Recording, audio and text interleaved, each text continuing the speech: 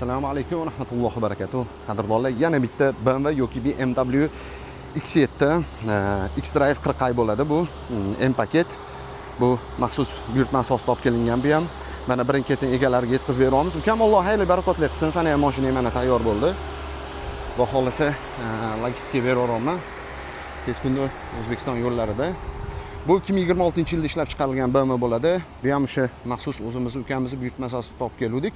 Bundan oldingi chiqargan X7 ichki interyeri rangi ajoyib edi. U O'zbekistonga borgandan keyin qabul qilib, albatta videolar bilan qo'yamiz. Xo'p, buni ichi, buni tashqi rangi Black Sapphire metalik bo'ladi. Ichki interyeri black, ya'ni qora. Ana ukam mashina tayyor bo'ldi. Inshaalloh hozir video oldim. Sizlarga ham qo'yib yuboraman. Go'zaldek haqiqatan ham. Shuning uchun kattakon rahmat. Mana yana bitta avtomobilimiz tayyor bo'ldi. Xudo xolasa mana O'zbekistonga chiqib ketyapti.